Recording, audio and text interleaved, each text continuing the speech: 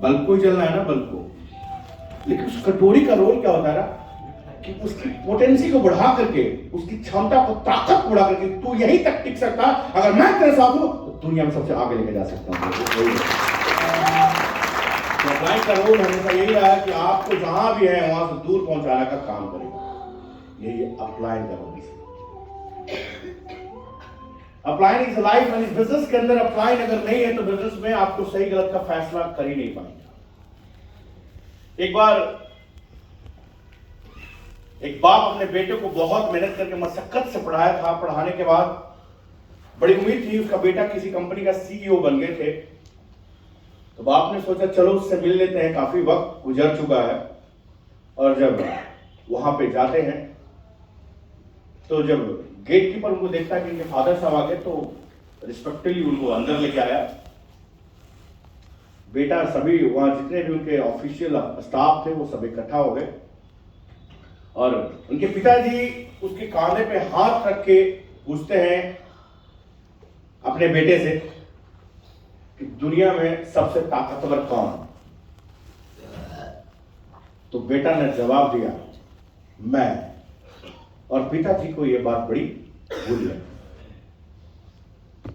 और पिताजी को तकलीफ लगा। वो पिताजी जाने लगे।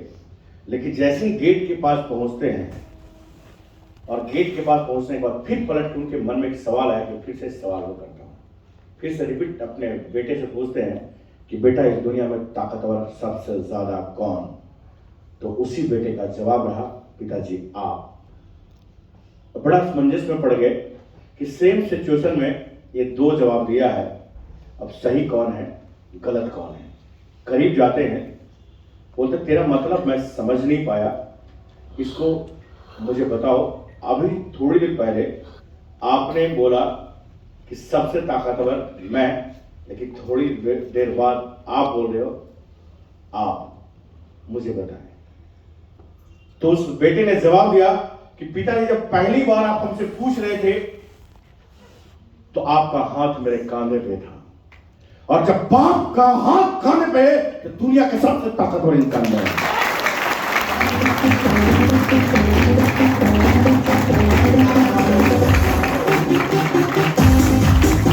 और लेकिन जब दूसरी बार आपने पूछा था तो आप मेरे कांधे से हाथ हटा लिया था और आप निकल चुके थे।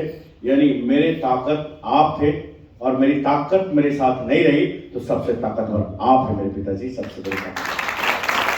दुनिया में अप्लाइन इतना बड़ा रोल मायने करता है माय डियर फ्रेंड कि अप्लाइन अगर आपके साथ है। आज मैं बोलता हूं स्टेज के सामने से, मेरे आज 17-18 हजार के नेटवर्क में आज एक भी व्यक्ति नहीं रहना, एक भी व्यक्ति छोड़ के चला जाए।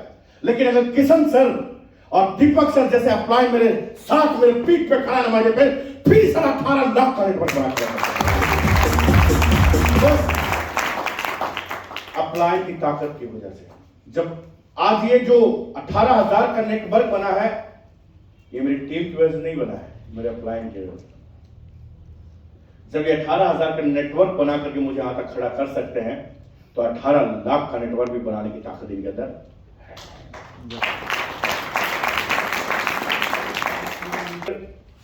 अप्लाइंग की बहुत बड़ा रोल है। कुछ लोग क्या करते हैं, अपने इच्छा से अपनी आईडी को लगाते हैं, कभी लेफ्ट कभी राइट, कभी लेफ्ट कभी राइट, कभी लेफ्ट कभी राइट, कभी इधर लगा दिया कभी उधर लगा दिया, कभी इधर लगा दिया कभी उधर लगा दिया। माय डियर लीडर्स, अपलाइन आपको अगर सजेस्ट कर रहा है, नहीं सर ये वाला मेरा गोड़ नहीं है, ये तो मेरा गोड़ है, इसमें हम डालेंगे, आप बोनस चलाइए, हम इंसेंटिव चलाएंगे, हम बोनस चलाते हैं, आप इंसेंटिव चलाइए। आपसे मैं एक सवाल करता हूं सर कि बिना लेफ्ट राइट के कोई इंसान डायमंड बन सकता? No sir. क्या बिना लेफ्ट राइट का कोई भी टारगेट अचीव कर सकता? तो माय डियर लीडर्स, ये जो लेफ्ट राइट का चक्कर है माइंड से निकाल देंगे। लेफ्ट भी आपका, राइट भी आपका। अप्लाइन का सपोर्ट आपको मिल सकता है, हो सकता है उनके माध्यम से कोई बिजनेस आए तो आपको कोई एक लेग में सपोर्ट कर देंगे, बहुत किस्मत वाले हैं। तो आप समझिए, दीपक सर और हम जब बिजनेस को शुरुआत किए थे तो दीपक सर एज ए स्टूडेंट इनकी कौन सी लिस्ट होगी उस टाइम में? ऊपर से पिछले वाली कंपनी में पूरा माँ बहन ने करवा लिए थे, कुछ बचा था क्या? कुछ नहीं बचा था इनके पास। हम दोनों अकेले थे और मैं कहा लेफ्ट या राइट में कहीं ना कहीं तो होंगे हम। तो मुझे भी एक ही चीज किशन सर ने बोला, गुप्ता सर आपके अंदर टैलेंट है तो नेटवर्क फिर से बना सकते हो, किसी को भरोसे मत बैठना। और सेम सिचुएशन होने के बाद दीपक सर अपना काम करते थे, मैं अपना काम करता था, दोनों साथ में थोड़ा बहुत कहीं जाया करते थे। तो कभी गिला शिकवा नहीं रहा कि नहीं दीपक सर आप मुझे जो व्यक्ति आता मेरे नीचे डाल दीजिए। उनको जहां नीट लगता था वहां वो डालते थे, मेरे लेफ्ट में मुझे जहां नीट लगता था वहां डालते थे, राइट में मुझे नीट लगता था वहां डालते थे। और एक वजह है माय डियर फ्रेंड कि आज दोनों हम और दीपक सर एक साथ बिजनेस को 2-3 महीने पहले रजिस्ट्रेशन है हम दोनों का, बस 3 महीने मान लो, आज भी मात्र 2 महीने का डिफरेंस आता है। सर ब्लू डायमंड हो चुके हैं और अगले महीने में भी ब्लू डायमंड हो जाएगा। तो ग्राफ पकड़ लेते हैं, क्या कहे सर हमारा अप्लाई ने धोखा दे दिया, बोला था वो गुड़वा चलाएंगे, गुड़ में तोड़ दिया हमारा। भाई कहां पड़े हो इस चक्रों में? क्यों पड़े हो सब चक्रों में? अपलाइन अब हर माँ बाप जन्म देने वाला टाटा अंबानी तो नहीं हो सकता। हो सकता है क्या? ठेले वाला का बेटा भी तो आईएएस बनता है। तो बाप की वजह से, खुद की क्वालिटी की वजह से, खुद की क्वालिटी बाप सपोर्ट किया। वैसे हर माँ बाप है, चाहे वो गरीब हो अमीर हो, हर माँ बाप अपने बच्चे को सपोर्ट करते हैं। आपके अपलाइन हमेशा आपको सपोर्ट करते हैं, आपको आगे बढ़ना है, अपने पोटेंशियल को जाहिर करनी है। तो हम नाराज किससे होते हैं? अपलाइन से। बिजनेस कभी भी आपका नहीं बढ़ेगा। अपलाइन का रोल क्या है? जब पांडवों की लड़ाई हो रही थी ना माय डियर, तो सबसे बड़ा धनुधर कर्ण, बहुत ताकतवर, जब कर्ण बाण चलाए थे अर्जुन के रथ पे, तो अर्जुन का रथ जो है ना 3 फीट यानी 3 कदम पीछे चला गया था। लेकिन जब अर्जुन बाण चलाए तो 7 कदम पीछे चला गया। तो अर्जुन ने बोला श्री कृष्ण से कि प्रभु देख लिए मेरा चमत्कार। वो 3 फीट क्या, मैं उसको 7 फीट अंदर कर दिया। तो श्री कृष्ण ने बड़ी मुस्कुराते हुए बोला कि बेटा ये तेरा चमत्कार नहीं है, तेरे रथ के पीछे भी कोई बैठा हुआ है। उनको थोड़ी सी अहंकार हो गई थी, तो अर्जुन को इशारा किया कि देख तेरे साथ मैं भी हूं, ऊपर हनुमान जी भी बैठे हुए हैं, जो तेरा भाई उनका पूछ भी नहीं ला सका था। तो माय डियर कृष्ण जी ने बोला इसको बेटे को सबक थोड़ी सिखानी होगी। कृष्ण हनुमान जी को इशारा किया, उड़ो निकलो यहां से। और उनका थोड़ा सा फीचर्स देख करके है ना, हो सकता है फीचर्स नहीं होगा, ऊपर से बंद होता है उसमें, लेटेस्ट वर्जन है। तो माय डियर 404 का की किन्हीं के पास हो तो दे दीजिएगा। जब उड़े, अब कृष्ण ने थोड़ी देर के लिए अपना पैर हटा लिया और जैसे ही उधर से अगला बाण चला, आकाश में उनका चला गया। आकाश में चला गया तो उनका अंदाजा हो गया कि upline is a life line. और जैसे ही कृष्ण भगवान अपना पैर दबाते हैं, रथ वापस जमीन पर।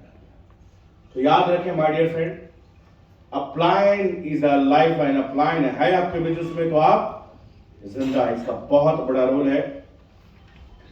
एक बार शादी एक लड़के की नहीं हो रही थी, किसी तरह से लग गई, लेकिन शर्त बड़ा शानदार था लड़की वालों को, कोई बूढ़ा आदमी नहीं आएगा। शर्त था क्या? कोई बुजुर्ग आदमी नहीं आएंगे।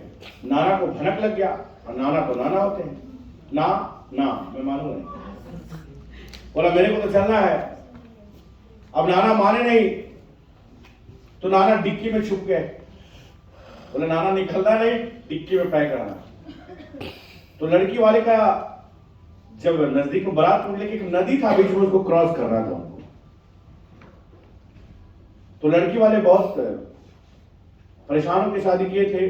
शर्त भी बड़ा तगड़ा रख दिया उन्होंने कि शर्त यही है कि जब आप इस नदी में जो पानी बह रहा है ना, इसको दूध में तब्दील कर दीजिए, दूध बहा दीजिए तो हम अपनी लड़की को आपको दें। अब सारे लोग परेशान हो गए, अब भाई पानी बह रहा है तो दूध कैसे बहा सकते हैं उसके अंदर?